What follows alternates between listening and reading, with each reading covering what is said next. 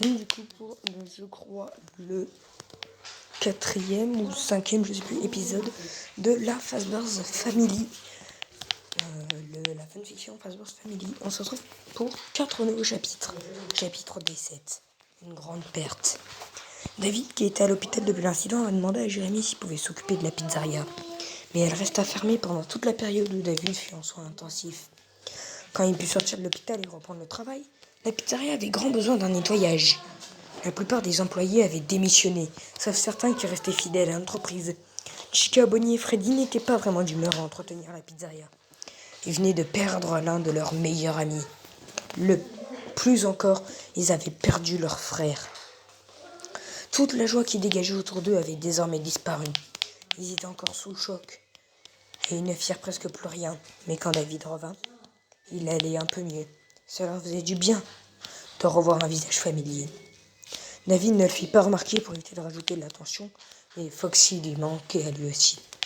Le jour du retour de David, Théo vint le trouver pour lui donner son soutien. Et comme il le disait, il avait joué de ses relations avec la police pour qu'on recherche Foxy. Mais pas pour lui faire du mal, mais pour le ramener auprès des autres. La mère de Foxy fut prévenue et elle vint voir David pour qu'il lui explique la situation.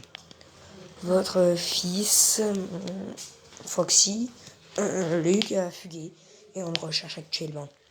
On ne sait pas vraiment pourquoi il a fait ça, mais il avait l'air de ne pas aller très bien ce jour-là. La mère de Luc se mit à pleurer. Elle s'inquiétait pour son fils, à se demander si elle allait le revoir un jour. Chica va rassurer la mère de Luc en disant qu'il allait faire tout ce qu'il pouvait pour le retrouver et le ramener. Théo regarda la mère et lui confirma ce que venait de dire Chica.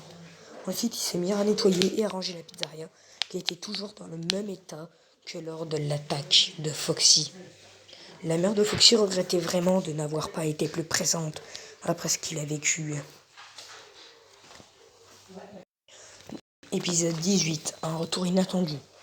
Même avec une clientèle très basse, David et les employés qui restaient reprirent leurs activités dans la pizzeria. Ce qui voulait dire que Jérémy continua son travail en tant que gardien de nuit. Cette nuit, à l'heure de la fermeture, les employés avaient été déjà partis et Jérémy arriva pour sa nuit. David les laissa et partit de la pizzeria. En leur souhaitant une bonne nuit, Jérémy leur demanda « Vous voulez faire quelque chose en particulier ?» Ils répondirent qu'ils voulaient se reposer et qu'ils n'avaient pas le moral. Jérémy continua. Vous savez, ça fait presque 30 ans qu'on se connaît et vous n'avez jamais vu comment je travaille.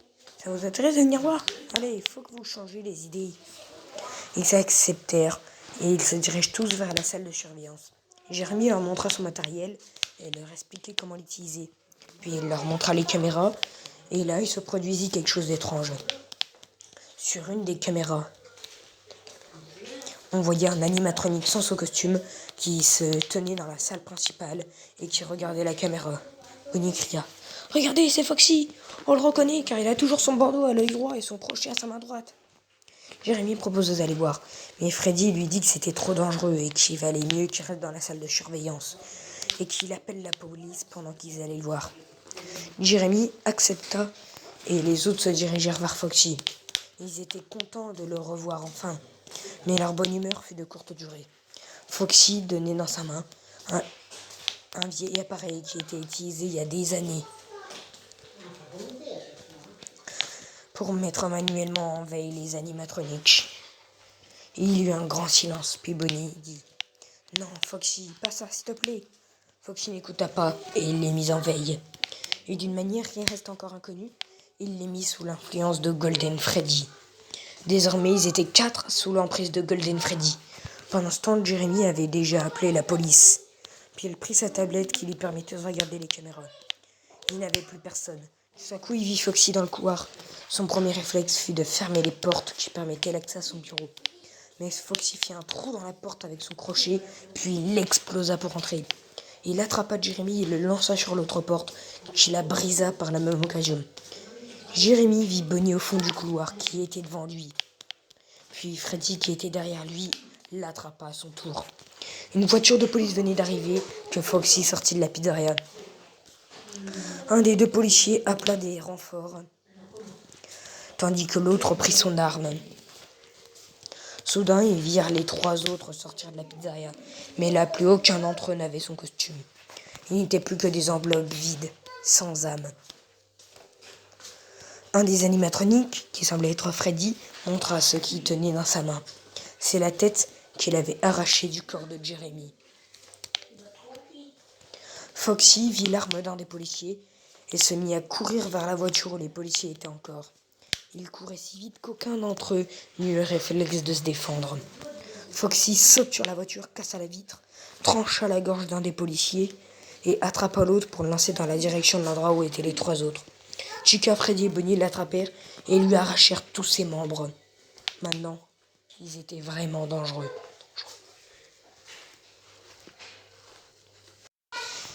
Épisode 19. Un profond désespoir. Et avant-dernier épisode de cette vidéo. Maintenant, 4 meurtres étaient rattachés aux mascottes, qui étaient légèrement la propriété de David, ce qui voulait dire qu'il était responsable.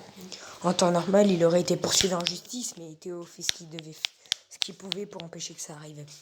David était bouleversé par la disparition de ses 4 amis. Le pire, c'est qu'ils étaient devenus dangereux. Encore une fois, ils étaient bien obligés de faire tourner la pizzeria, même avec tous leurs problèmes. David, lui, continua de travailler, mais essaya par la même occasion de rejoindre Théo pour chercher les animatroniques. De son côté, Foxy reçut un message de la part de Golden Freddy lui montrant sa cible, David. Golden Freddy savait bien que David était le seul à pouvoir rendre leur état normaux aux animatroniques. Depuis que David était seul, à part Théo et la police, il se retrouvait sans protection.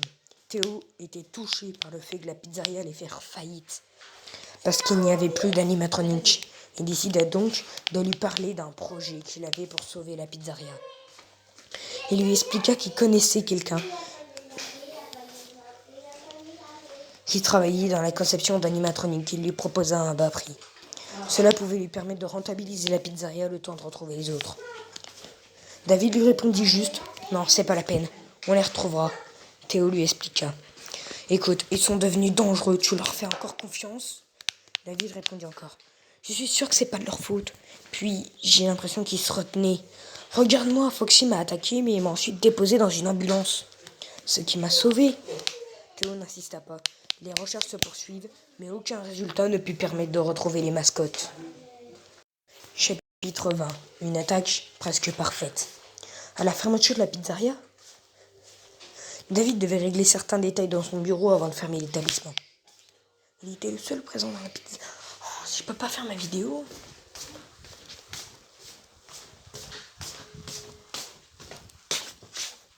Fermeture de la pizzeria, David devait régler certains détails dans son bureau avant de fermer l'établissement. Il était le seul présent dans la pizzeria à ce moment-là. Puis il fut attiré par des bruits venant de la cuisine. Il s'y dirigea pour voir ce qui se passait quand il vit un animatronique fouiller dans les armoires de la cuisine. Il y sortit un couteau et se mit à fixer David, tandis que celui-ci ressortit de la cuisine quand il vit les 3 autres animatroniques dans la salle principale. Eux aussi le fixaient. David se retrouva au dépourvu et pensait qu'il allait bien être tué.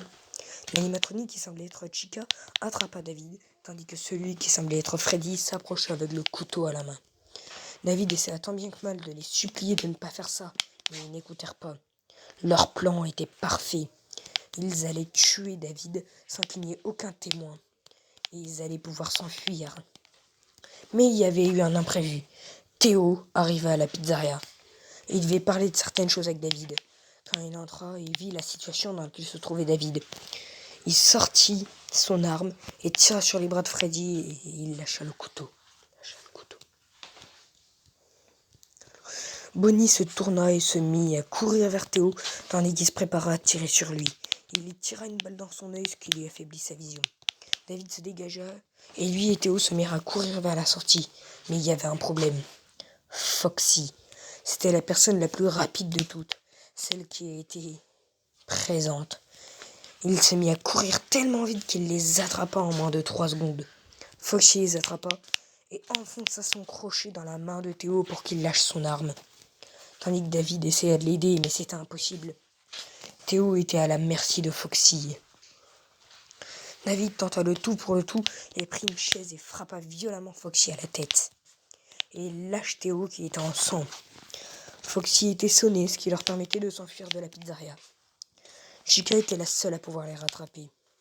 Elle essaya de leur courir après, mais elle n'était pas assez rapide. Il se retourna et aida les autres animatroniques à s'enfuir. David et Théo s'arrêtèrent dans une ruelle où ils pensaient être en sécurité. David examina la main de Théo. Il y avait un trou dans la paume de sa main et un des os était ressorti. Il y avait une fracture ouverte. Il regarda David et dit « Je te l'avais dit, ils sont beaucoup trop dangereux. » Non, je sais que je peux les faire revenir à la normale. Ils partirent ensuite tous les deux à l'hôpital. Le fait que Théo fasse partie de la police permit de ne pas éveiller les soupçons.